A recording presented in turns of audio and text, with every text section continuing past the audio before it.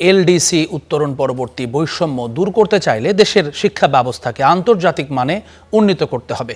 আর এজন্য প্রয়োজনে বরাদ্দ বৃদ্ধির কথা বলছেন অর্থনীতিবিদরা। বাজেটে বরাদ্দ বাড়িয়ে জিডিপির ৫% উন্নীত করা হবে বলে জানিয়েছেন প্রধানমন্ত্রীর উপদেষ্টা মাহাদি আমিন। নাগরিক প্ল্যাটফর্ম আয়োজিত আলোচনা সভায় এসব কথা উঠে এসেছে।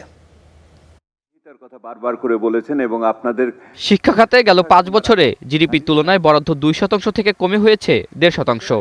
এ খাতের মান উন্নয়নে তাই বরাদ্দ বাড়ানোর প্রয়োজনীয়তার কথা উঠে আসে সোমবার রাজধানীর একটি হোটেলে আয়োজিত নাগরিক প্ল্যাটফর্মের আলোচনা সভায়। যদি আমরা জবাবদিহিতার জায়গাটা, স্বচ্ছতার জায়গাটা, তথ্যের প্রচলনের জায়গাটা এবং যে প্রতিশ্রুতি বাস্তবায়নের মূল্যায়নটাকে যদি অবধারিতভাবে না করতে পারি এবং অব্যাহতভাবে না করতে পারি, তাহলে এটা আগাবে না। ব্যাংক ডাকাতি হচ্ছে, এটা নিয়ে আমরা কথা বলছি, কিন্তু আমাদের শিক্ষাখাত যে শেষ হয়ে গেছে। তাই এলো ইনোভার, যেন আপনি লাইফে থাকেন রেডি প্রতিদিন। Innova, designed for now. বিগত 17 বছর বা তারও আগ থেকে ধরে যদি আমরা ভাবি, তাহলে এই জায়গাটা কিন্তু আমরা অ্যাড্রেস করতে খুব বেশি স্বাচ্ছন্দ্য বোধ করি না, বা করলেও এটাকে আমরা ইম্পর্টেন্স দিয়ে এই জায়গাটা যদি আমরা ওন করতে পারতাম, তাহলে এই যে আস্তে আস্তে কমিয়ে নিয়ে আসছে সেই জায়গাটা কিন্তু আমরা হতে দিতে পারতাম না। এ সময় প্রধানমন্ত্রীর উপদেষ্টা মাহাদি আমিন জানান, নতুন সরকারের নির্বাচনী প্রতিশ্রুতি অনুযায়ী ধারাবাহিকভাবে শিক্ষা খাতে বরাদ্দ বাড়ানো হবে। বাজেটের একটা বড় অংশ পর্যায়ক্রমে বাড়াতে চাই।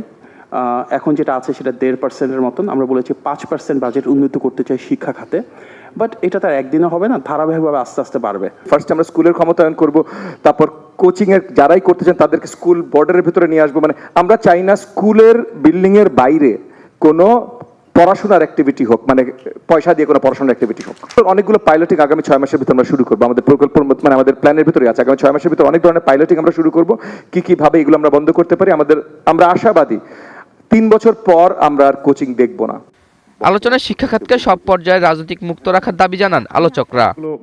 ইস্যু তুলে ধরেছেন এবং আতাউর নিয়ন, স্টার নিউজ, ঢাকা।